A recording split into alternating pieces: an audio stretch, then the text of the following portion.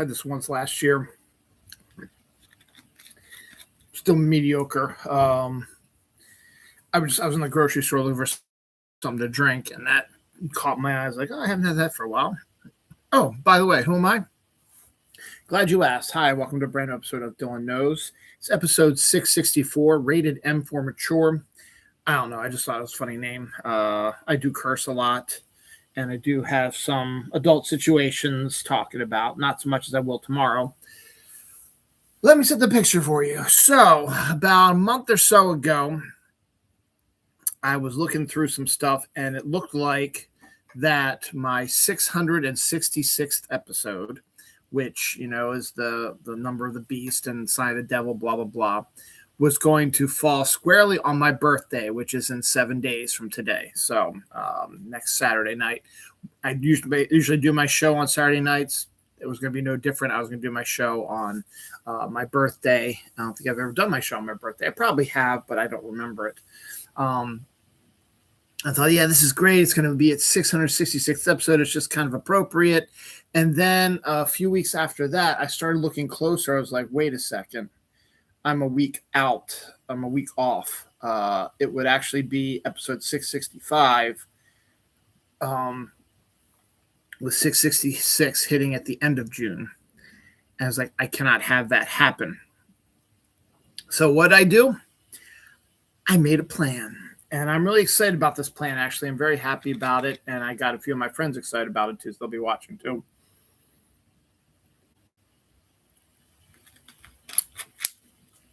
Now, I've been doing this show for close to 13 years. I've done a couple spinoffs, the List Show, interviews with myself, stuff like that. But I've always had other ideas for other spinoffs and other shows where I wanted to not take this show and just focus on that stuff. I wanted to have a separate show focusing on a specific topic or whatever. So that's when I thought I was going to come up with a special episode that will be airing tomorrow, June 14th on Flag Day. Sometime, I don't know when. It can't be too late since I do have to go to work on the 15th. And my son does play video games down here during the day, so I got to figure it out. Plus, I'm making dinner. My wife, though, is not going to be back from whitewater rafting until about 4 or 5 o'clock. And my daughter, who knows when she's going to be back from Ocean City with her boyfriend, she's going to stop at a graduation party as well afterwards. So they might not be back till closer. So I'll see maybe doing it around 3 or 4 o'clock. But it all depends upon my son and what he's doing. But I'm excited for it. And tomorrow's episode is going to be episode 665. Is going to be called Pilot Season. And I came up with a bunch of other, I had some ideas, and I'm already using those, but then I came up with a whole bunch of other ideas. And I'm basically going to do about little snippets of all these extra show ideas that I have. And maybe figure out a way for you to vote on it, be a poll, or if you just add in the comments, and then maybe I'll make it into a real show. I don't know if I will, or if I will fold it into interviews with myself. I'm not sure how I'm going to do it, but I have a lot of really, really funny, really, really cool ideas. I'm really excited about it. I actually have 20 pilot ideas, so it's going to be a long one, probably about 2 hours long. I would assume. I don't care. The scan is running as long as you don't pause my video. So I'm really excited for that. That way, that'll be episode 665. And then next Saturday, which is my birthday, June 20th, we'll get 666. That episode's going to be called Demon Spawn. So I've already got those episodes already laid out. Nothing special, really. Just going to be talking about what's going to be happening this upcoming week in the world of pop culture. This past week, as I said earlier, my wife is whitewater rafting. She will not be back until late on Sunday because they're actually going to be physically doing the whitewater rafting on Sunday morning, tomorrow morning. So that's pretty good. My daughter, as I said, is on a mini vacation with her boyfriend. It's the first extended time they've had together. So hopefully they're not killing each other. So that'll be nice. So she'll be back. She's continuing doing a great job working for me. It's now been 2 weeks that she's worked with me. She got her first paycheck this week, but did not go direct deposit. The first paycheck of a new employee, apparently at my company, is they give you the regular check, and then next week's will be direct deposit. So I don't know, but that's what it is. So that's pretty cool. Also, because technically the last day of Baltimore County Public Schools is not till Tuesday, the 16th, but my son is done. He finished up his junior year on Thursday, the 11th, right? Yes. Due to the fact that his last full day of school was last Friday, and then this past week has been his exams, plus he did a couple AP exams, and he has a study hall as a class. So 3 of his 7 classes, whatever, he's already done the exams on. So he only had 4 exams he had to do. He had to do his 2 for A and 2 for B. And he did those over a span of those 4 days. Bum, bang, binga, bada, binga, boo. Actually, he was 3 or 4 days. He stayed home on Wednesday, I think. So he did a test on Monday, test on Tuesday, test on Thursday. And there was a double test somewhere. And then since he was done and he has nothing else to do, and these last few days are actually more for people who have been sick or need to get in some new work or something like that. And it's just more of you need to have this amount of school days for us to pay for your school, whatever. So that's good. So my son's done school. So he's done his junior year. He's now officially a senior in high school. My sister, who's a kindergarten teacher, her last day of Virginia schools was Friday. And I'm assuming my sister-in-law, who's also a teacher in the Virginia system, had her last day on Friday also. My other sister-in-law is a professor at Towson University. They finished back in May, but she's working in the summer. So a lot of stuff happening here. So summer's starting to roll out here, which sucks. Officially, summer is next Sunday, the 21st, which also happens to be Father's Day, which means next year, 2027, my birthday falls on Father's Day, which I always kind of thought this kind of cool. So that's what was going on about that. I was going to try to go see a movie today, but I said to hell with it. I really didn't feel like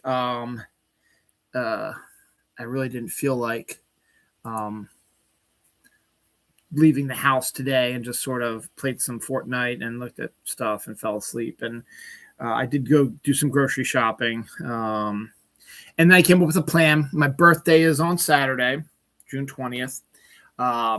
In the morning, I will be taking my son to get his bank account set up. We've been pushing that off for years, and he keeps asking about it. So we're going to finally set that up, because the closest bank to us is in Owings Mills, and it's not open.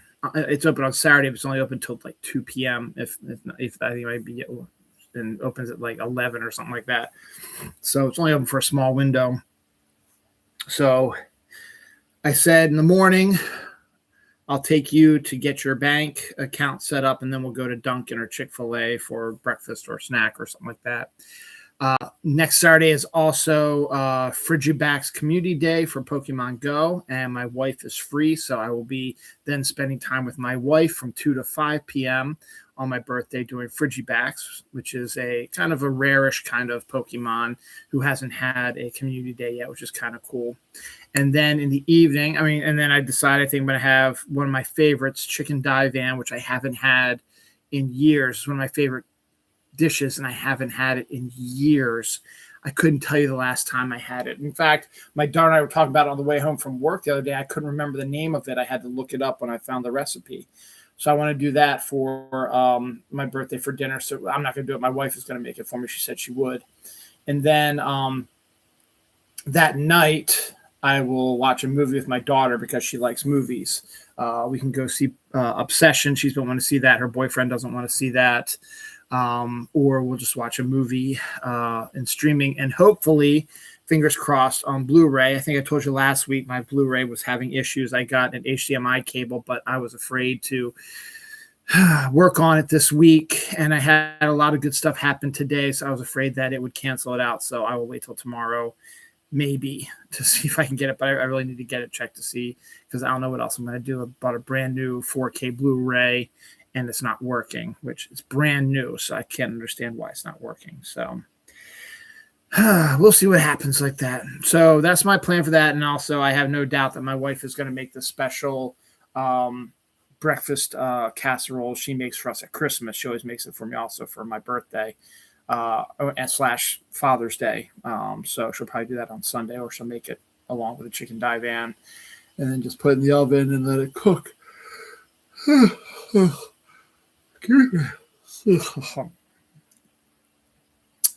So that'd be it. We'll probably head down to my in-laws' house on Father's Day for Father's Day events. So that's the upcoming plan for this week. So that's good. So my birthday week officially starts on Sunday tomorrow, which is in about 40 minutes. So that's pretty cool. So let's move on with the show. Time to do the show. So beginning of this week, I had a bad day. QREM's bad day. I forgot my phone. This little bitch right here. I forgot it, left it at home. Didn't realize it till I was past the point of no return. So that was weird. I let my wife, my daughter had her phone, so I had her text my wife and son and say, hey, and they saw it anyway. My phone's there. If you need me for anything, contact my daughter, and she will let us. She'll let me know if there's anything that needs to be done. But I usually use my phone at break times and my lunch time, so those were really, really hard on Monday. So I had that happen. Then I was going to start working on my class order, which is my big order that I do every 2 months. I had pretty much gotten it all done and was just sitting for weeks now because I got it all done pretty much in May, and it wasn't due to ship till the 15th. And then they said they cleared it to ship earlier since I had it done. So I was like, okay, Monday is a perfect starting point. I'll start working on it. And I'm laying out the pants. And I realized that 2 of the 3 bins of pants that I have were not hemmed. So I had to take them over to sewing, and they had to hem them. Apparently what happened was you have to put these badges on it. Sewing does that. And then the sewer either didn't want to do it or forgot to take it over to the cutting and hemming place, which is a completely separate area in sewing, to get that done. And then, or the person who was clearing all the done product didn't look at it close enough, thought that it was done, grabbed it and put it in my area without looking at it. And then I didn't look at it because I thought it was done, because once it's taken from there to there, I'm assuming it's done, which is a bad thing I should do. But I've never had any problems with it until now.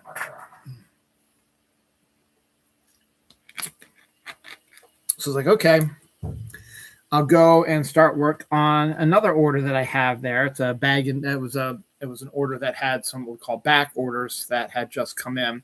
I was going to pull those back orders and get them over to sewing so that I could ship out the thing. And they're jackets and liners that they're ordered separately, but they go together. So I had 6 jackets ordered. They ordered me 12 jackets and no liners. So I had to reorder the liners. So now I can send over the jackets to get production done on them, but it still will not be a complete order. So that kind of sucked. Then we had a new FedEx person who decided they were going to drop all their shit off in my shipping area and not the receiving area around the corner. So we said, next time, take it around the corner. And said, oh, I've never been here before. So it was a lot of stuff. It was like 10 boxes. So we had to take that down, take it from my shipping area through our warehouse, through the PO warehouse over to the receiving area, because they were too lazy to just turn a corner and go down. And then literally on Wednesday, the same driver was going to try to drop her stuff off at me again. We're like, it's around the corner. Members like, oh, I forgot. Bullshit. So that pissed me off. And then I did a bunch of work and stuff like that. So I didn't have a lot of stuff in shipping. So I got down there a little bit after 12. I usually like to get there about 11:30. So I got there and I go to lunch at 1. So I try to get as much done before lunch. So I thought that I would start it right up, start scanning stuff, and I'd have most of it done by my lunchtime. FedEx decided that they were going to do an update, and the update takes half an hour to do. Now, I was able to do some UPS, but it does eventually shut down the computer completely and has to restart it. So I have to go through the whole restart thing with UPS again. So that was wasted time. And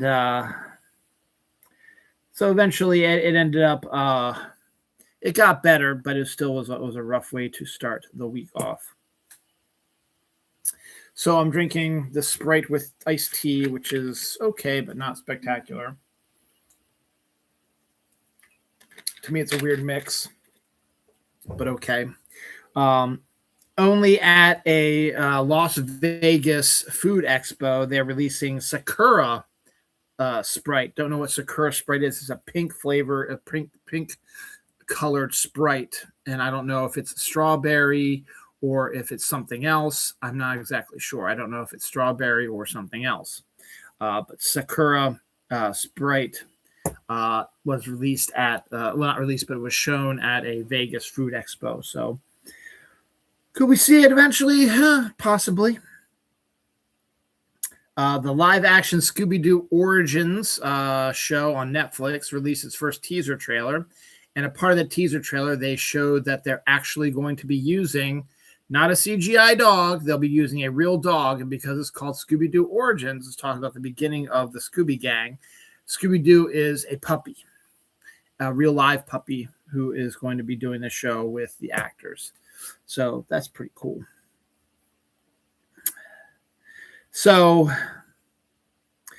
June 14th, which is actually tomorrow, Mug Root Beer's Vanilla Howler flavor should be coming out for a limited time. So I'm going to see if I can find that somewhere and try to get it here for next week's show. Probably not tomorrow's show because I don't think I'm going back out, and I don't know where they would have it in the area. So the best thing was Walmart, which is all the way over in Hunt Valley. I traveled to Hunt Valley just to get that. I might do it for my show, my birthday. So we'll see, but it's supposed to be out this week, June 14th. I wrote this before it came out. I wrote Paramount may lose the WB merger due to some issues from production companies, but the Department of Justice, led by the pedo-Nazis, okayed it because it benefits them. I think there's still going to be a battle for it, but it is officially been okayed by the FCC. So the merger is set to happen, but we'll see how other production companies, stuff like that, are going to step in and see if they can shut it down. So the newest trend now are popcorn buckets for big movies coming out, popular movies, and they're collectible popcorn buckets. So you can make a little extra money. It's a good idea by the movie theaters because they get 100% of the profits for their snack machine, their snack tables. That's why the snacks are so much more expensive there than usual any other place, because they get all that money directly to them. I mean, obviously they use part of it to buy the stuff to get it in, but they use a lot of it also to keep things running and stuff like that. So it's been a big money maker for them. It's been a big collectible, and there's ones for seems like every movie has one of some kind or another. The most recent one that was debuted this week was the Trojan Horse popcorn bucket for the Odyssey, coming up here in about a month. So that's interesting to see that. Can't wait to see what the Spider-Man ones are. They haven't released them yet. Maybe next week. Speaking of movies, Masters of the Universe debuted last weekend and it underperformed. Everybody's like saying, see, this sucks. It's a terrible movie. It's the end of the world, blah, blah, blah. And Scary Movie, of course, overperformed, which I'm not a big fan of the scary movie stuff, but it's understandable. Movie theaters are doing really well this year so far, so that's good. But here's the thing. So everyone was worried that Masters of the Universe was going to go. Everyone who's seen it has said it's a good movie. And they're afraid that something like this is going to happen, that it's going to underperform because it's kind of a niche thing and they're never going to see a sequel. It happened to a lot of different stuff. And then when it comes to streaming, the people who didn't see it in the movie theater are like, hey, let me check this out. They're like, oh, this movie's so good. Why didn't I see it in the movie theater? Exactly. Morons. Good news though is that Amazon MGM, who did the distributor of it, the production of it, they're happy with the numbers it made, and they have more things planned for the series apparently. But we also know that they are quick to not have faith in stuff because their Voltron live action film will bypass movie theaters and just arrive direct on Amazon Prime. So as of now, we'll see if that changes. I don't think it will, though. So maybe they know something we don't. Excuse me. So we got that going on.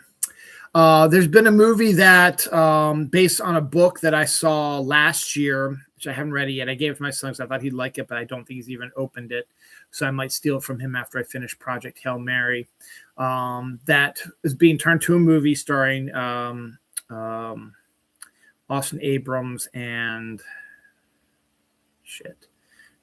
the guy who played Thanos.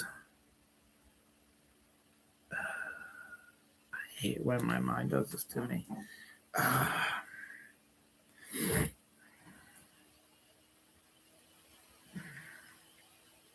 Like a Josh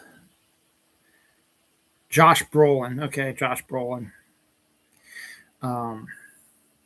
It's based on a novel. It's called Whale Fall, and the premise of the novel that was adapted into a movie is a scuba diver gets sucked into the body of a whale and has only an hour to survive in the body of a whale to try to figure his way out. So that's a decent idea for a movie, survival film. It's a neat idea. Hopefully the author did the research to see what could happen. And how it could happen. And so they decided to make a movie of it, and they released the first trailer of it, and they are making it almost a horror-esque feel to it. It's creepy. The trailer I've seen is kind of creepy. It's kind of weird. And it's still kind of intriguing, actually. I think it's due out in October. It's called Whale Fall. So keep an eye out for that. If you haven't seen it, check it out for yourself. Whale Fall trailer. Type that into YouTube or any other browser. The trailer will pop up. Check it out for yourself. It's a little weird, though. And they are aiming, I think, more for a horror aspect of it. So we'll see what happens. The Legally Blonde prequel, Elle, released a new trailer also. I have no desire to watch that, so I didn't watch that as well. And The Social Reckoning, the sequel to the Social Network about Facebook, released their first trailer. That movie's coming out in October, November as well. So we're starting to see some of the fall movie trailers now.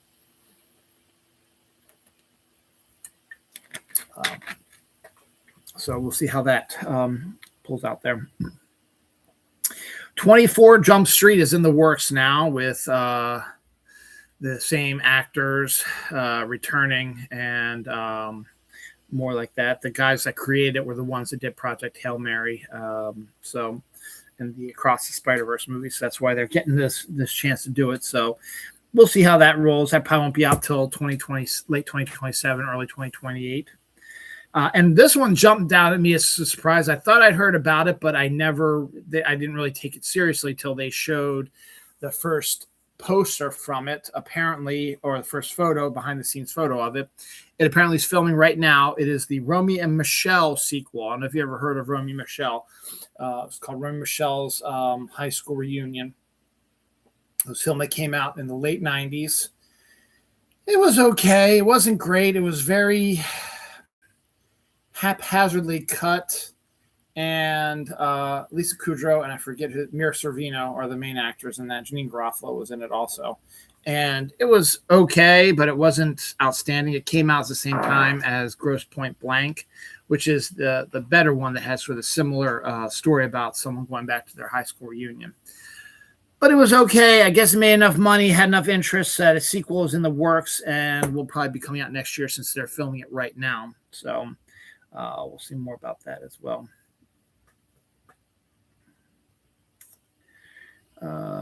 Harold and Kumar 4 is also in the works.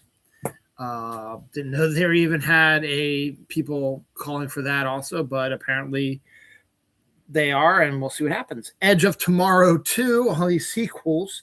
is rumored to be going after Charlize Theron for a role. So I don't know if Tom Cruise and Emily Blunt are returning for that, but we'll see. Kind of the first I heard of it. Glenn Close and Ridley Scott are set to get honorary Oscars this year. Patrick Rennan of The Sandlot is going to be in a new show called Dugout Dads, and he's called upon his Sandlot cast members to come and join him in guest roles, not regular roles, but guest roles of the show since it is a streaming show.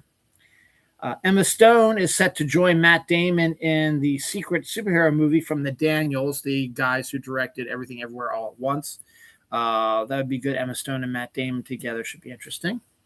I Want Your Sex trailer. I have no desire to see that, but that is out there for those who want to check it out. So now the big news of the week that's got most everybody talking. Doctor Who. Let's talk about Doctor Who real quick. You may have heard the news that Doctor Who has been canceled. It has not. Let's just calm everybody down now. Everyone's doing, the clickbait and stuff like that. Here's the situation. Okay. Listen. Disney bought the rights to air Doctor Who on Disney Plus for the new season with Ncuti Gatwa, and they did some series with David Tennant on there as well to try to get more of a different feel to come to Disney Plus and get more people to order the streaming service so they would watch that. It seemed like a win-win situation, but it did not go over very well because of the woke Doctor Who, which is a bunch of bullshit. We're not even going to go into that, but it was just too much for Disney and everybody else. So they parted ways after 2 series, and Ncuti Gatwa had himself done the role of Doctor Who, and he left. They ended on a cliffhanger. Russell T Davies, who helped create to bring it back in 2005, came back on for this series, and he shut it down on a cliffhanger, and then made claims that there was going to be a Christmas special in 2026 that's going to wrap up the storyline. This week he said, I never said that. I never said I had a script written. I don't know who said that there's a Christmas special come out. There never was one. I never wrote the story, never had an idea for the story. So they canceled the Christmas special. So everybody's like, oh my God, what does that mean for Doctor Who? So Disney Plus dropped it, and the Christmas special was canceled. So everyone automatically assumed, we're entering cancellation period. The last time it was canceled in 1989. It didn't come back till 2005. Same thing's going to happen here, yada, yada, yada. Slow your roll. That's not what happened. What ended up happening was BBC took control of Doctor Who again because that is a very British thing, and they want to keep it, and they still know that they have huge fans of it over in Britain. The Americans, there's only a small handful of fanatics over here who like the Doctor Who, but it's mostly a British show. So they want to bring it back to Britain. So BBC brought back the rights to Doctor Who. Russell Davies said he didn't want to come back anymore, didn't want to do Doctor Who anymore. He wanted to move on to do other things. Ncuti Gatwa either called it quits on his own or was phased out by them. And so what's actually happening now is the BBC is now letting it out there to anybody who wants to, any production company and any writers who want to take on the next series of Doctor Who. We're opening it up to everybody, and you have to pitch us your Doctor Who stuff, and we'll make the right pick, and we'll get the new Doctor Who stuff going. So everybody freaking out that has been canceled. Hasn't been canceled. But it's going to feel like it was canceled because at the earliest, it will probably not debut 2028. And even then, it'll probably be a Christmas episode, which is going to clean up the cliffhanger from the 2025 show. And that makes it a 3-year difference. And then, or not, or they might not, or they might just brush it off and start over fresh like they did 2005. Doctor Who has not been canceled. It will be back. They just need to find the right creative team to work on it, to pitch it, and I'm sure I'll be hearing more about this yet. So Doctor Who fans, don't freak out about it. It's just going to take a lot longer to get it back to you. I already talked about that. Boom, boom. An Explorer gadget is in the works for Pokemon Go, similar to one of these automatic Pogo things that you could buy, which would spin Pokestops and catch Pokemon without your knowledge while you were driving around or whatever. It would do it automatically for you. They are planning on putting that into the game itself, so you don't have to buy the Pokemon Go thing. My wife had one. You would just do the stuff for yourself, and if you don't want to do that, they will allow you to turn it off and stuff like that. But that is in the works, on their way here.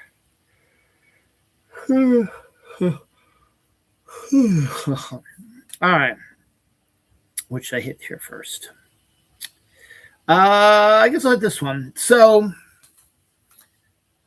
here's a sneak preview of one of the things I'm doing tomorrow for my pilot season show. I'll be doing a thing called conspiracy/theory.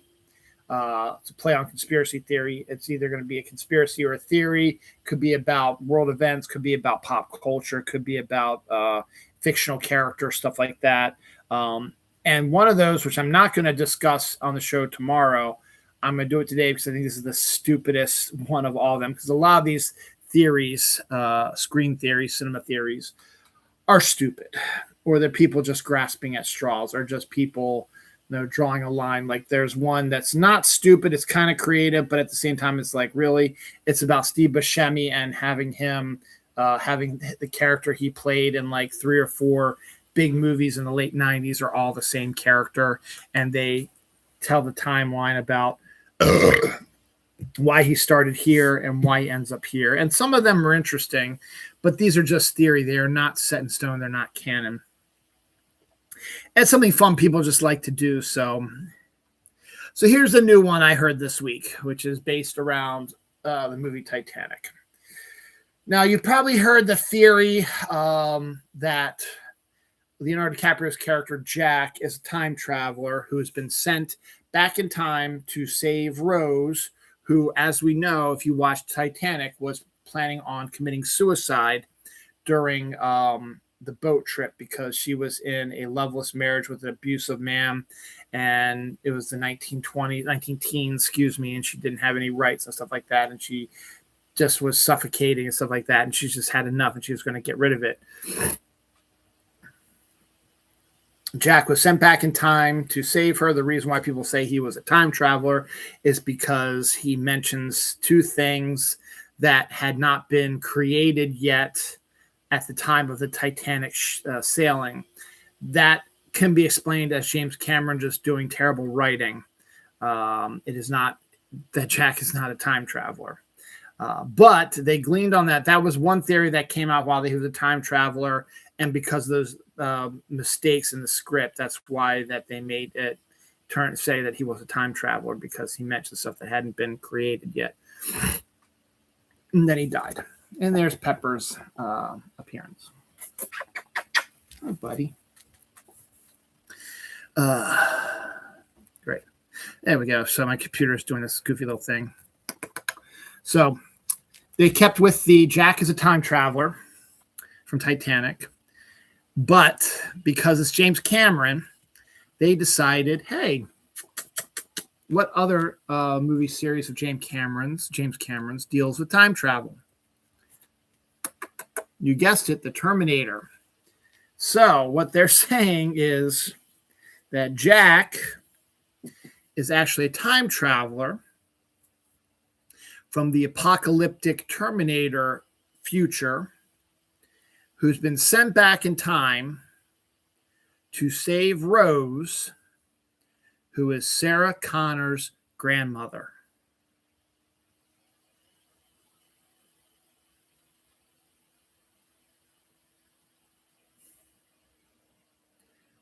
Sorry, that's a stupid theory.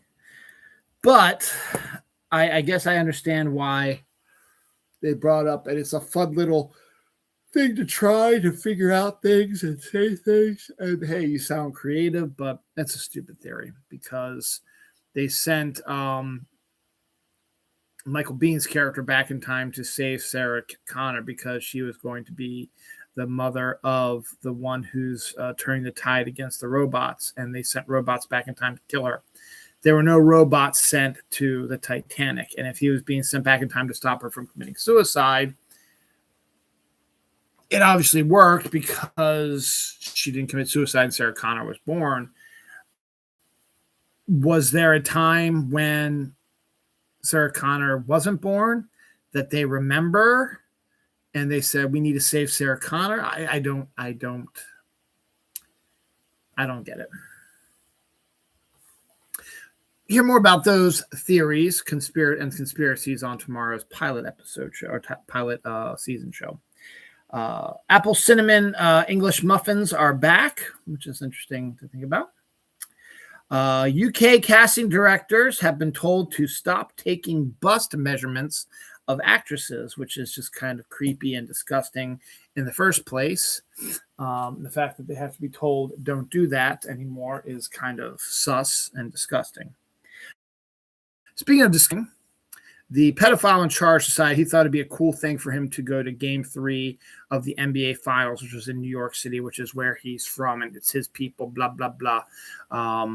So all the fans who had been waiting years for a Knicks home playoff game, they were shut out of the stadium, and they were shut out of the viewing parties that were going to be outside of Madison Square Garden. And so the pedo in charge gets booed mercilessly, signs outside of the stadium said, fuck you, you're fucking Epstein files and fuckity fucks, which was awesome also. And he was videotaped sleeping during the playoffs. Now, the Knicks have been on a crazy run. Up to this point, they hadn't lost a game since April. And they had a 13-game winning streak in the playoffs when they've been in it. And they were up 2-0 in the series. So what happens? The Knicks lose. First loss in 14 playoff games. Their first loss since April at a playoff game, first playoff game since 94, I think, which is 30 plus years. And it was due to the sociopathic Nazi traitor pedophile deciding that he needs to make an appearance and be beloved, which he wasn't, and be seen, and like he's at the popular stuff. So he left. Knicks fans were distraught because they thought they were going to sweep it and go 4-0 and thought it would be great. So now they're all saying, nope, going to be 5 now. We need to do something because they had another home game the next day. So they lit sage. They saged the thing. They brought in, who'd they bring in? They brought in Wu-Tang Clan came to go to the game.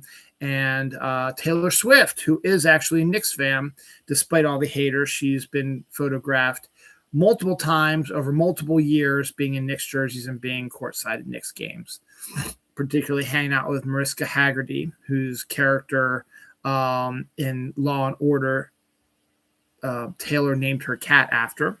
So they were friends. So they were sitting next to each other. So we had the Sage, we had Wu-Tang, and the Knicks beat the San Antonio Spurs to clinch the franchise's first NBA championship in 53 years. Congratulations, Knicks. I guess they didn't win in 94. Thought they played in 94. Don't know. So congratulations, Knicks. That's breaking news, by the way. So the game started, and they were way down. They were down by like 20, 29, something like that at halftime. So everybody thought, okay, there's no way they're going to be able to come back. We are now jinxed because of the pedophile.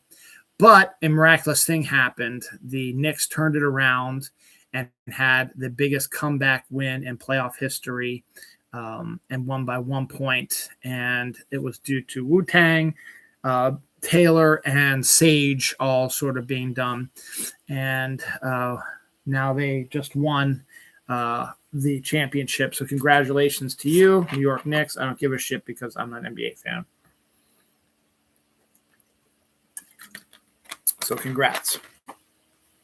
I thought that was funny. All right, that is the end of page. Well, no, it isn't the front page. I got the back. The good old days. For those who don't know, this show has started off as a spinoff from Snark Alec Radio, which was a show that I was a part of way back in 13 years ago, 2013, 2012, 2011, whenever it was we started. Before that, we were watching, we became friends while tweeting back when Twitter was Twitter, live tweeting sci-fi Saturday night B movies, which we would have done if they would have kept going. The B movie would have finished 49 minutes ago, and I would have done a show after that, which I've done before. And we became friends with a lot of the Asylum people, and Asylum was always one of the popular ones that did these B movies for sci-fi. They're still in business, even though sci-fi doesn't show them anymore. So they're releasing like video on demand, stuff like that.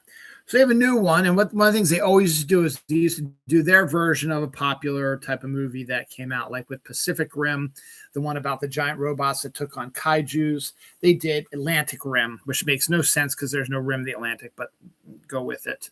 But it's the same exact movie with giant robots taking on kaiju, stuff like that. So they do stuff like that. I did not get the name of it, but they are doing a version of Toy Story. And the trailer for it was released this week. We got one more B movie coming up later in the show. It's even funnier than this one. We got a new trailer for the live action Moana, which is coming out in mid-July. Mike Flanagan has finished production on his Exorcist movie, which means now maybe he can get back to doing the Dark Tower since Carrie's done and now this is done. He's got to edit it, obviously, and do all that stuff. But once you finish that, get your ass to Dark Tower. Fucking forget about making the Mist movie. You don't need to make another version of the Mist. Just go and start working on Dark Tower now, please. Hot honey pizza, late night Doritos is a new flavor. I don't understand this hot honey shit. That's another thing that's going to come up in my pilot season episode tomorrow, but we'll talk about that later. Nicholas Galitzine, who plays Hercules He-Man, it was also in the wonderful Sheep Detectives, has signed on to play male model Hoyt Richards in a biopic that Gus Van Sant is circling to direct. The Shard is Ryan Murphy's adaptation of Bret Easton Ellison's book, set debut on FX Hulu on August 5th. It's like follows a serial killer going after a bunch of college students sort of thing, I think. Ende Navarrete, who is absolutely destroying it in Obsession, is getting some potential Oscar buzz and is a hottie on top of it. Just became your next love interest and your next crush. She is an obsessed gamer also in real life. She's not a fake gamer. She's been playing Call of Duty and other games for as long as she's been alive, it seems like, she said. And people know her on there. And now that she's a star, she's been acting for a while, she is officially a hot nerd girl. So you go, girl. Supergirl, which is getting razzed on, obviously, by the Snyder Bros, which will also be mentioned in tomorrow's pilot season show.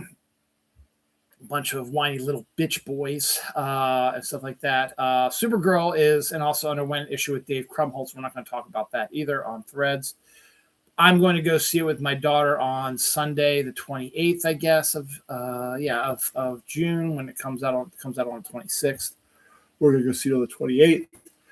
And then we're going to go to KFC and have the Supergirl meal. And we're going to go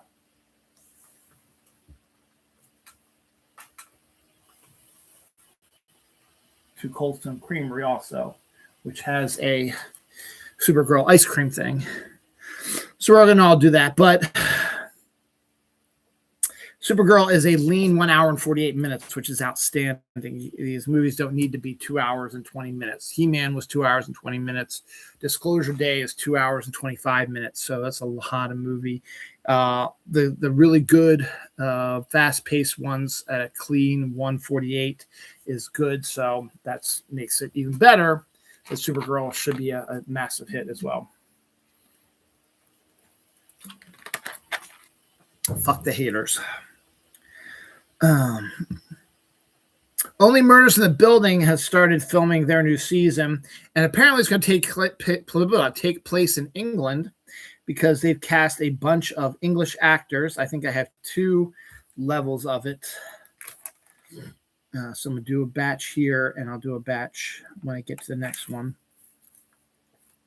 So they cast Jennifer Saunders, Sean Teague, Simon Ashley, Rhea Norwood, Shauna Horgan. So those are all British actors who I've heard of Jennifer Saunders, but that's about it. Jason Sudeikis as Ted Lasso sang the national anthem at the opening game of the World Cup in the What are you doing? In the U.S. The other night as Ted Lasso. So that was pretty cool. Worst Neighbor is coming to Netflix on July 1st. I think that was a documentary that got nominated for an Academy Award. Should have won it, I think. Rupert Everett to star in Fortitude Valley, an Australian crime thriller. Rupert Everett hasn't been heard of for a long time, but here he is. Rory Culkin and Lauren Laurie, are set to star in Red Wedding, a horror thriller. Black bears have been spotted locally in Howard County. They're getting out of their hibernation, so they're starting to come down and look for food. A 12-foot alligator is journeying through the Chesapeake Bay as well, so that's pretty cool as well. So that's a couple of local news there. The first game in Las Vegas for the Vegas Athletics had 11 home runs between the two teams. And a pitcher for the Brewers pitched a perfect complete game, 27 batters, 9 innings, 15 strikeouts. So fantastic. That happened this week as well. We got a first look there. It is first look at Heart of the Beast, the Brad Pitt, David Ayer survivor thriller. Trailer was also released. I took a look at the trailer. I'm actually surprised about how good that movie looks. It is a survivor thriller. But what makes it even more original than your typical survival thriller stars Brad Pitt and a dog, a German Shepherd who was his. Brad Pitt was a soldier in war, and his dog was the one that sniffed out bombs and was able to sense when things were going to happen. So they were partners, and the war's over, and they made it back home alive. But it takes an interesting look that we know that people suffer from PTSD. Excuse me, but apparently so do animals. And that's sort of the premise of this. His dog is suffering sort of from a PTSD sort of situation as well. He lost a leg apparently in the war as well, and his teeth, a couple of them were capped silver. So he was injured badly. So he suffered just like anybody else did. But Brad Pitt survived. He survived, and then after they did that, he became his pet dog, and so they're, spending time together as pet and master, stuff like that. But they're partners through and through. They decide that they're going to do a trail walk through one of the toughest trails to just sort of get their chi back or whatever. And they end up having to survive in the woods by themselves in the cold, without food, and with enemy animals all around them. They have to go back into their war instincts to take that on, but the dog is suffering PTSD, and so he's not as capable as he once was. So it looks really, really good. The trailer looks really, really good. It's coming out in the fall.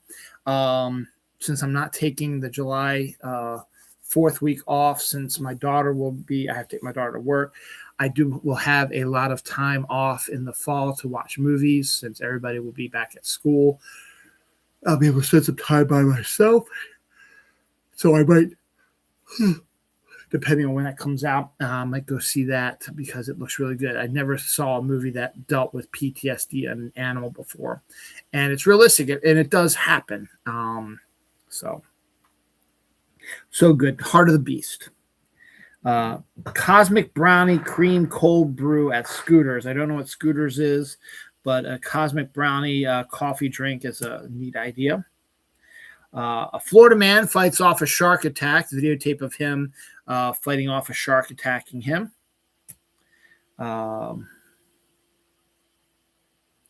Drunk driver fled the scene of an accident by jumping into a swamp, gets attacked by an alligator. That serves him right for hitting and running. A man was taken into custody after a call from Olive Garden saying he was involved in a forced marriage and a satanic ritual at Olive Garden. Okay. Interesting. Our first set of deaths and anniversaries. Wes Gardner, Major League Baseball player, passed away this week. Orlando Walters, an NFL player, Arkansas State coach, Arkansas standout, passed away this week as well. And Bill Cody, a WSM radio personality, passed away this week as well. And James Blood Ulmer, an avant-garde jazz musician, which did a fusion of funk and the blues, passed away this week as well. Anniversaries: The Conjuring 2 debuted 10 years ago this week. Poltergeist 3 debuted 38 years ago this week. High Tension debuted 21 years ago this week. And my favorite band of all time, R.E.M., released Fables of the Reconstruction, their third album. It's okay. There's some good stuff on there. But that was released 41 years ago this week. In case I don't think he's coming back. I'll freak him out if he does.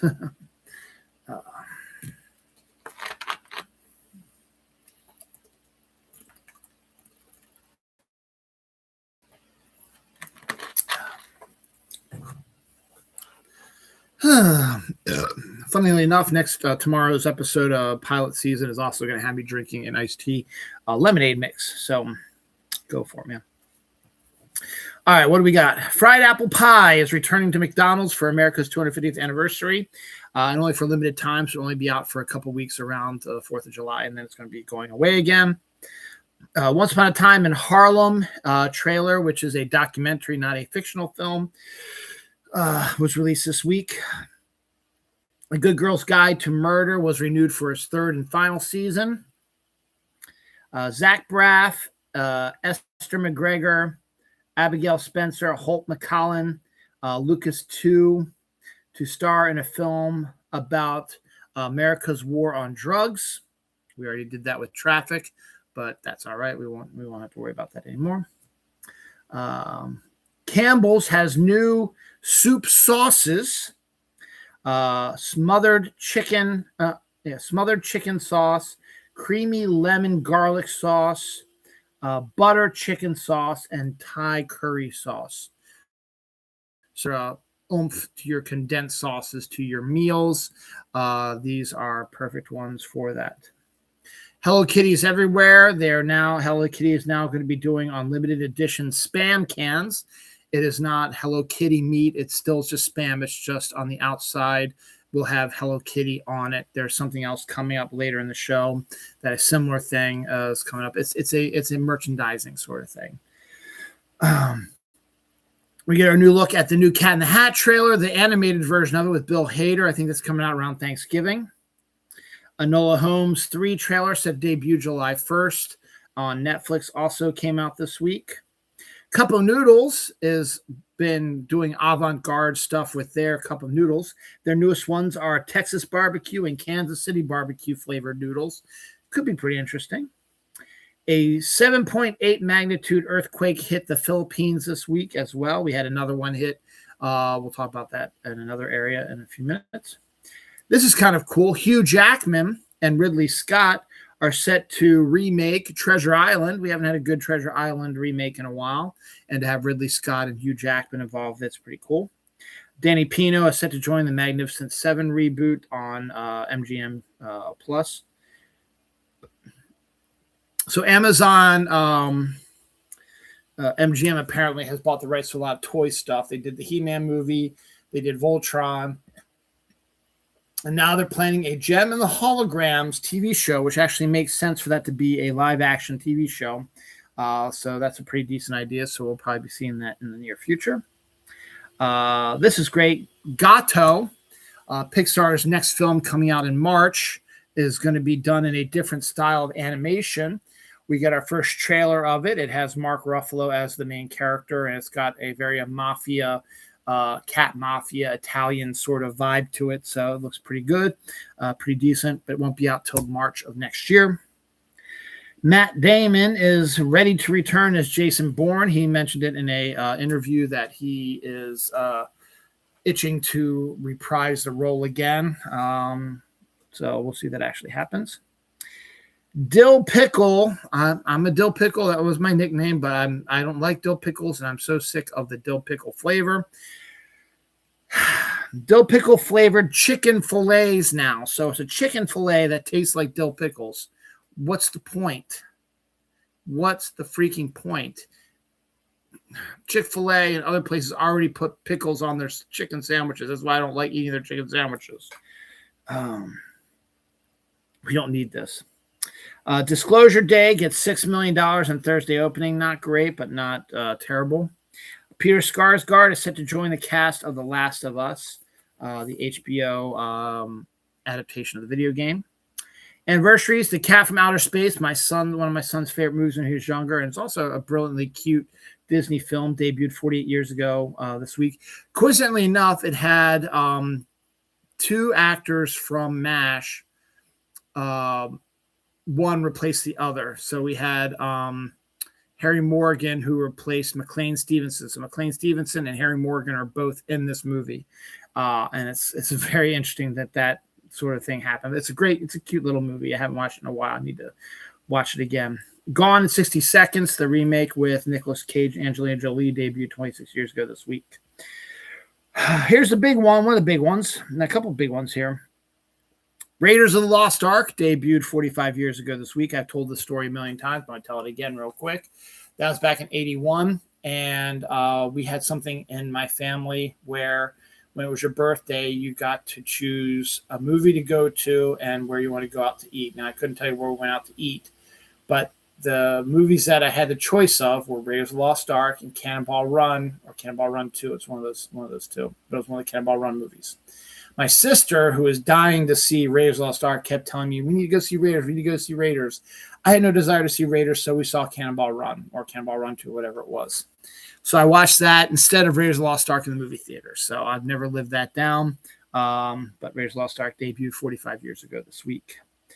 Predator, considered to be one of the best action films of all time, and I can't fault them, debuted 39 years ago this week. Speaking of Arnold, The Last Action Hero, an underrated film, debuted 33 years ago this week. And James Bond's License to Kill debuted 37 years ago this week. Death this week: Tommy Lafitte, an actor. David Hockney, a hugely famous British actor. I saw tons of articles about his death. He died at the age of 88.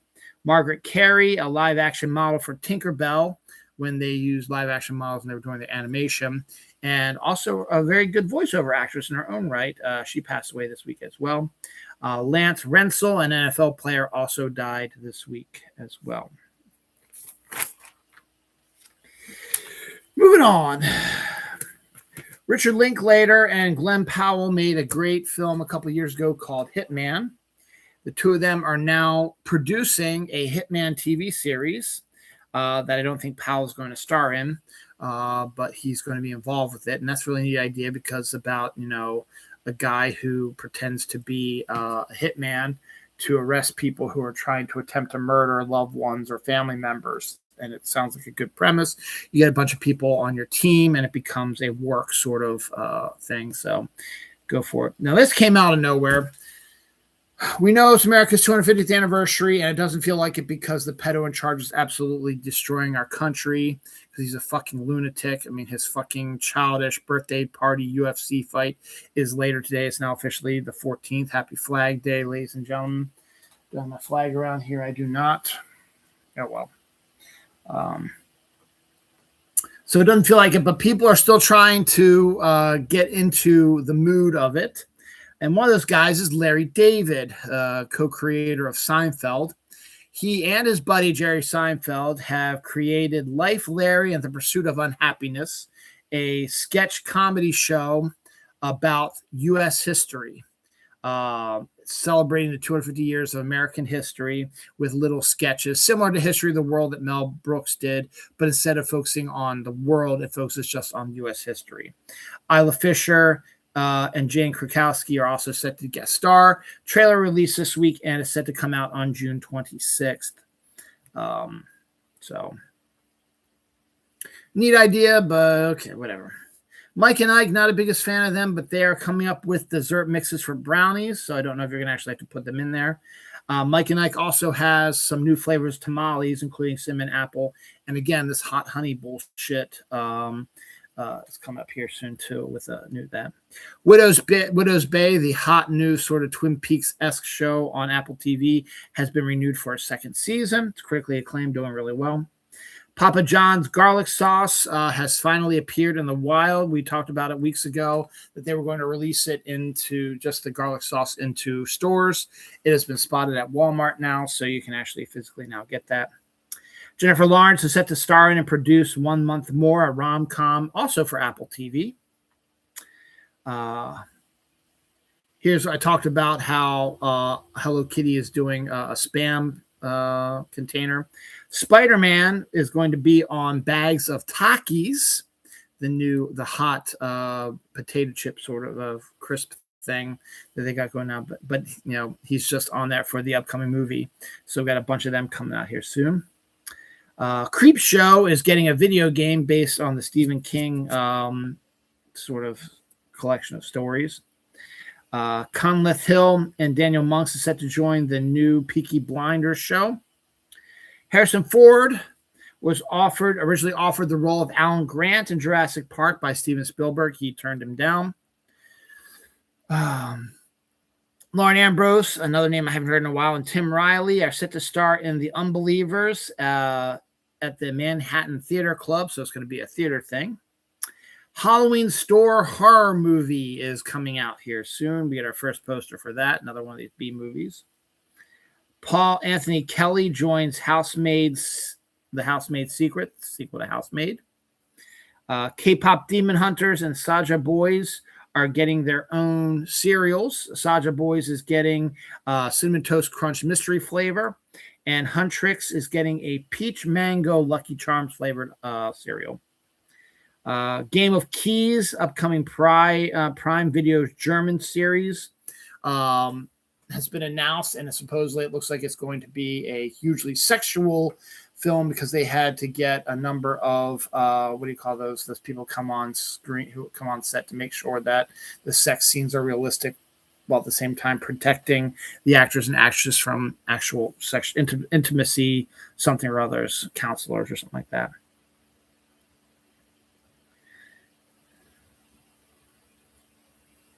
Oh, Floyd Norman, the first long-term African-American animator who animated such films for Disney as 101 Dalmatians, Jungle Book, Toy Story 2, Sleeping Beauty, is set to also get an honorary Oscar alongside Glenn Close and was that Ridley Scott also?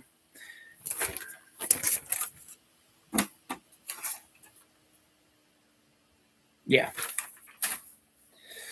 So that's awesome. Slow Horses is set the debut date for season 6, set to come out on September 16th on Apple TV.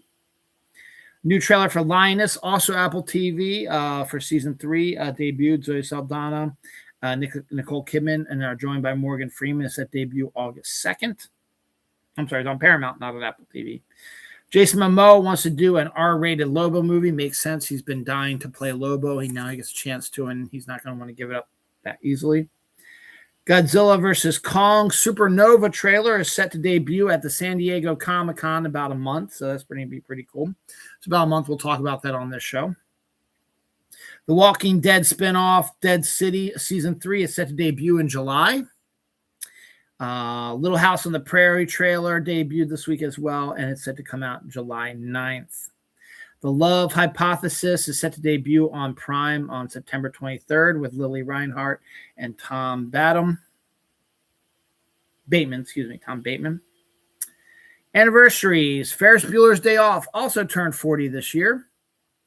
The Maryland Science Center turned 50 years ago this week. They are reverting their prices to 1976 prices for the extent of the summer. That's pretty cool.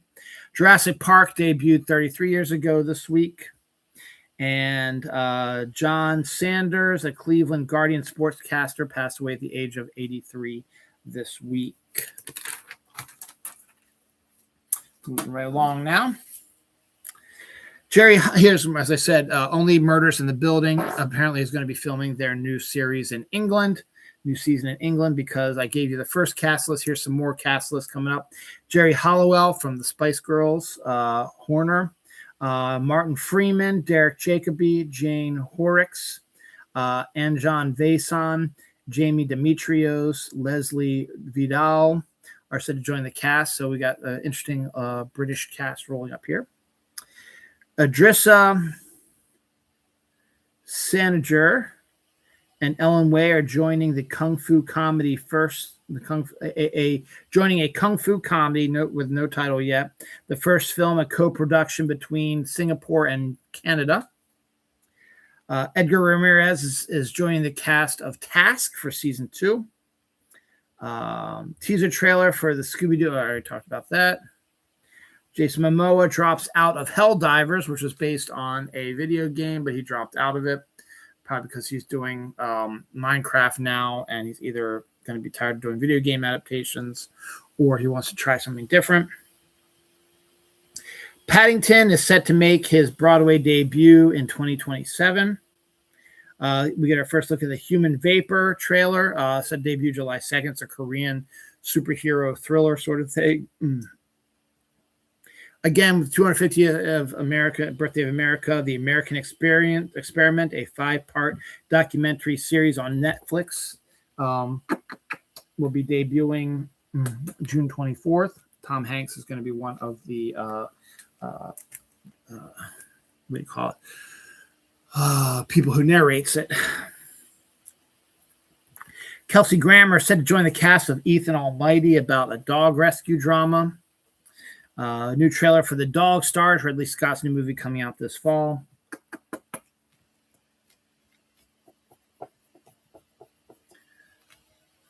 Progresso Pitmaster soups are coming out. Grilled chicken and bacon. And charbroiled, I can't read pepper. Charbroiled bacon cheeseburger flavor. Progresso soups are coming.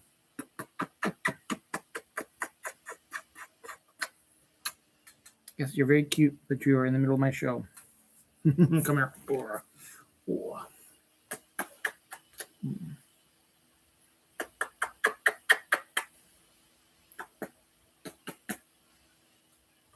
Done. All right, so did that. A truck full of fireworks caught fire on a Tennessee highway, and all the fireworks got launched off. It was quite a sight. Pepper, I love you, but I am trying to do my work here. Here, let me take these away so you can sit up here. Go ahead. I'm going to jump down. Okay, jump down. Trailer for the final season of The Bear debuted this week. Ride or Die trailer with Hannah Waddingham and Octavia Spencer. Looks like a female buddy comedy, sort of in the vein of Thelma and Louise. Edward Bluemel has been cast as Poirot in a new Agatha Christie series. that might not seem like a big deal, but Edward Blumel is like a 20-year-old actor, and Poirot's supposed to be this older guy, so he's supposedly being cast as someone who's going to grow with the role, so that's pretty cool. A 6.1 magnitude earthquake hit off of Canada, which rarely happens, so it's flummoxed a bunch of earthquake people because there's really no fault line under there. So they're trying to figure out what actually caused that to happen. I'm not going to go over the awards, but the Tony Awards came out happened this past weekend. And a former high school acquaintance of mine is a producer of The Lost Boys, which was nominated for a number of Tonys. It won 4. She didn't win any because it went to actors, some acting, and also for some set design, stuff like that. But the show that she's producing, winning 4 Tonys, is still spectacular. So good for her. Schmigadoon was named the musical of the year. So there you go. Super Mario Galaxy has passed $1 billion in box office, as expected. Fable video game is set to release on February 23rd, 2027. Deaths this week. Talay Riley, Grammy Award-winning songwriter for Usher, Nick Jonas, and Dua Lipa, was stabbed to death, which is a terrible way to go. Gordon S. Wood was a Pulitzer Prize-winning writer who also died in a bad way, got hit by a car.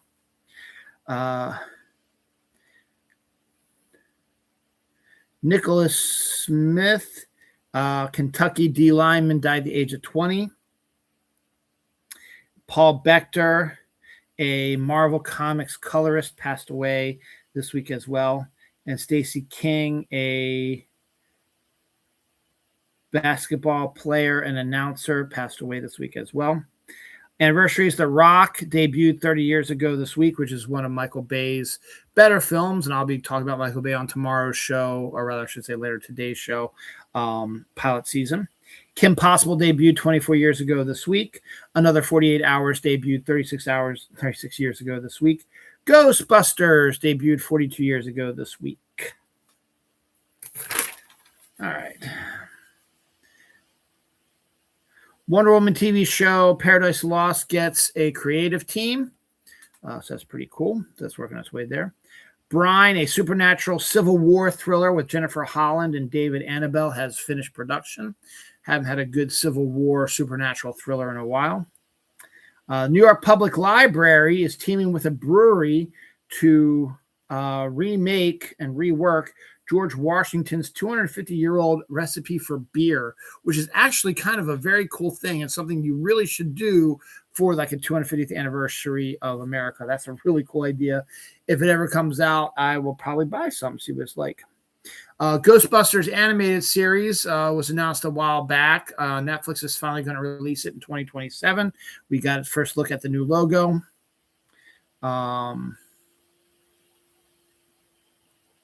An Air Canada pilot got busted after flying a passenger airplane for 17 years with a faked pilot's license. So in 17 years, he was a pilot, had no crashes, didn't cause any issues whatsoever, and yet he just got busted because he doesn't have a pilot's license. Okay. A sleeping bag found in Olympic National Park with remains in it 26 years ago has finally had an ID to go with it. Animal Crossing, the video game, which was huge during COVID, but now has sort of disappeared, is celebrating its 25th anniversary with a new game coming out this fall. Daphne Keane is set to play a sex worker in a movie called Driver. Pokemon is said to release pet toys for pets, which would be, squeakable versions of Pikachu and stuff like that, which is really kind of cool. Batman 2 begins production. Sebastian Stan is now set to play Mr. Zsasz. Scarlett Johansson is said to be playing this version of Phantasm. The Court of Owls has a part in it, and Brian Tyree Henry is set to play Harvey Dent, Two-Face. So all the theories people had were wrong. Big surprise. A Punk coffin is going viral after one of their friends passed away, and was put in this coffin, and they covered the coffin in band stickers, which you see on cars all the time.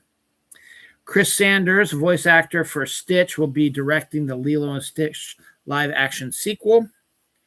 Birthday cake and cotton candy flavored applesauce is said to be coming for the 250th anniversary of America. Sounds a little off. Same thing with Soda Shop Variety Pack has Dirty Mountain Dew, Cherry Pepsi, and the new vanilla growler mug root beer flavor in a 18 can sort of case.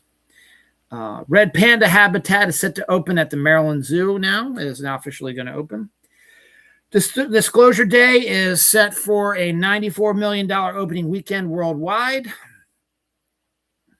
Cheesy garlic bread Cheez-Its are coming, which is a good flavor. Michael has made $911.9 million, which now passes Bohemian Rhapsody for the highest grossing musical biopic. Some news that Nazi Elon Musk is the world's first trillionaire, which is stupid. And the pedo's name, this is good news, the pedo's name has finally been taken off of the Kennedy Center officially, so that's outstanding as well. And a rainbow came out when they were taking the signs down, the name down, which is really cool. Anniversaries, 22 Jump Street debuted 12 years ago. Back to School, the great Rodney Dangerfield film, debuted 40 years ago this week. Goonies debuted 41 years ago this week. Perfect also debuted 40 years ago this week. That's the Jamie Lee Curtis, John Travolta aerobics movie, because that was a movie for the times. Deaths. Randy Mulkey, a wrestling icon, passed away. And Jalad Yanklowitz, Bodies in Motion host, passed away as well. Gene Shalit, a dominant film critic, also passed away this week. Alden Smith, a San Francisco 49ers player, died at the age of 36 this week as well. Dee Palmer, Jethro Tull collaborator, died at the age of 88 this week. All right, that's it for the yellow pages. Let's get a stretch here, and then just got a little bit left, probably about not quite a full page of stuff here. The Seattle Seahawks got their Super Bowl ring, and it's actually really cool. It flips out with wings to imitate the stadium that they won it in, so I think that's a really neat idea. A Trinidad man has watched the movie Halloween, the original one, 10,482 times. I love the movie, but that's a little excessive. Batman and Superman are set to team up with Weird Al Yankovic in a new comic book, which I have to buy now. Pacino Khan and Matilda Firth are set to play Doctor Doom's kids in Avengers Doomsday. We'll see if that actually happens. Pepperoni pizza. All right, no, I get it back. We get a stuffed chicken cordon bleu chicken entree from the grocery store. It's great. It's a chicken with ham and cheese in it, melted. It's a good quick dinner. They also have a spinach and rice one or something like that. But they're now releasing a bunch of new ones, including a peppermint pizza stuffed chicken, a jalapeno and cheese stuffed chicken, broccoli and cheese stuffed chicken, and a chicken creme brie and apple slice flavored stuffed chicken, which is weird, but okay. Tangled live action is surprising people by being set for summer 2027 release, so they're going to start filming it soon and be ready in time for next summer. Glass bottle ketchup from Heinz are set to debut, come back again for the American 250th anniversary, and only for a limited time. Mountain Dew Dunker Donuts are a thing now, and they're out now. The Department of Justice has approved the Paramount WB merger. I think I talked about that already. I talked about this earlier, but more casting has been set on the Scooby-Doo Origins thing. They're all guest stars. They're probably going to be like members of the bad guy, like members of every episode when they're investigating crime. So we have Sherilyn Fenn, Sarah Gilbert, Rusty Schwimmer, Pete Morin, Margaret Simpkins, Joan Zhao, Daisy Deltry, and Bruce McGill are all set to join, as well as a few other ones as well. Jojo Levesque is joining Mike Coulter in a LA set jazz show called The Very Thought of You. Local news 100.7 The Bay, which played a lot of classic rock, like hard rock, has been sold and is going to be turned into a religious radio station, which is pissing off fans of the Bay. We talked about the Asylum doing a Toy Story not parody, but like their version of Toy Story film. This isn't the Asylum, but the creators of Sharknado are doing their next big thing called Water Park Shark Attack. Not Water Park. It's just called Water Park Sharks. So it's sharks at a water park. Sure, why not? As you all know, summer hasn't even started yet. We've had some of the heat lately, and I'm hopeful that from what the early signs have been happening so far this month and into May, and from what the winter brought us and what it looks like is coming in the next couple of weeks, we're going to have a temperate summer this year. It was way too hot last year. I think we're going to have some heat this summer, but I think we're going to balance it out by some cooler days as well. And it's not going to get to be too majorly hot. That's my prediction right now. As I said, we're going through a little bit of a hot phase right now. It's going to be 88 degrees today, 75 Monday, 76 Tuesday, 82 Wednesday, 88 Thursday, 74 Friday, which is nice, 77 on my birthday and sunny. Yes. 75 and next Sunday for Father's Day, 74 and 79. So we're going to get some warm, and then we'll get back to more temperate stuff. The average temperature in June is 78 degrees. So we're going to be a little bit below normal, but that's good. So to me, that's just saying that it looks like we're going to have sort of a temperate summer. We'll have some of the warm days like we always do, but maybe we'll balance it out with some nicer days during the July and August. And I was going through my pictures last year of August, and we actually had a decent August weather-wise. So we'll see what happens. Summer does not officially start till 1 week from today, because now it's officially Sunday the 14th. And my birthday is now 6 days away. So we'll see what happens. So that being said, my favorite season of all, and you all know that, is autumn. And I always love talking about autumn stuff. This is a little excessive, though. Starbucks is releasing into grocery stores their almond milk and oat milk pumpkin spice latte flavor creamers, set to be actually came out on Friday. So I like it more when you debut it maybe in August. I think June's a little early for pumpkin spice latte stuff, because you want to kind of get you really set up for it. So that being said, I'm probably not going to drink it anyway. Here's a good one for you. Eating cheese can cause you nightmares. What? Okay. Deaths. Alan Cluster, a pitcher for the Major League Baseball, passed away this week. Ronnie Shell, a character actor who was in Gomer Pyle, passed away as well. Anniversary this week. Earth versus the Flying Saucers debuted 70 years ago this week. Down to my last batch here. Bitch.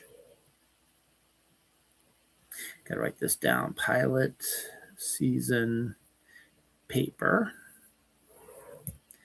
666 demon spawn my birthday. Boom, there we go.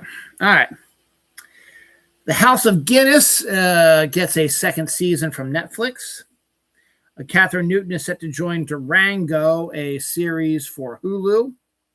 Titus Welliver is set to join the cast of Get Jiro, which is based on a DC comic I've never heard of before. And I talked about that already. Before I do my last story of the week, anniversaries, Jurassic World debuted 11 years ago this week. Clash of the Titans also debuted 45 years ago this week, came out the same day as Raiders of the Lost Ark. And Can't Hardly Wait debuted 28 years ago this week. A fantastic end of school year senior party with the lovely Jennifer Love Hewitt, but also had Seth Green and Ethan Embry and Jerry O'Connell, and just a great cast in general. It's a fantastic film. I actually made it as my film for Saturday. People to watch. That's pretty cool. So, final story of this week. Condor has been spotted in Oregon for the first time since 1904. Over 100 years ago. It's been over 100 years since condors have been spotted in Oregon, and now one was spotted in Oregon. So that's fantastic news for Oregon. Oregon. All right, y'all. Thanks for watching. Hey, in case you missed it, and a reminder, this is just one episode. I got another one coming in about 15 to 17 hours, and I'm really excited for it. It's going to be episode 665. It's going to be called Pilot Season. I've got 20 individual spinoffs of Dylan Knows, which I'm going to do excerpts from. And then you all can vote in the comments which one you think I should make as a regular spinoff. Some of them are long. I'll be discussing more than others. That episode should be called M for Mature, because one of the pilots I got coming up is going to be called Sex Talk with Dylan. So we had that. I got Conspiracy/Theory coming up as two of the ones I've discussed already. And one more teaser, Why They Suck, is another one I'm going to talk about. So we'll do little excerpts from what I want to talk about on the show, and then I can expand it later on to other stuff. So it's just something fun to do, plus to set it up so that next Saturday, my birthday, since it's now officially my birthday week, Sunday to Saturday is a week to me. It's officially my birthday week. Next Saturday will be the 666th episode of Dylan Knows, called Demon Spawn. I already wrote that down. And that's great. So I got, if you watched earlier in the show, I have my plan for my birthday. I'm really excited about that. Just got to get through this week, but someone at work will not be there, which will make things a little bit easier. So that'll be good. And also be great to have my daughter coming back again and working. She took Friday off when she went on her little mini vacation. My wife is coming back late, as is my daughter. So it's just me and my son probably till about the time I end up doing this pilot season episode of my show. So we'll see about that. So please stay tuned for that. I'm going to be pushing the hell out of that, because that one's going to be a fun one. It's going to be like I'm going to try to do for an afternoon show. It's not going to be a late one since I have to go to work tomorrow. So my birthday week officially. Come back in a little while. We're going to do pilots.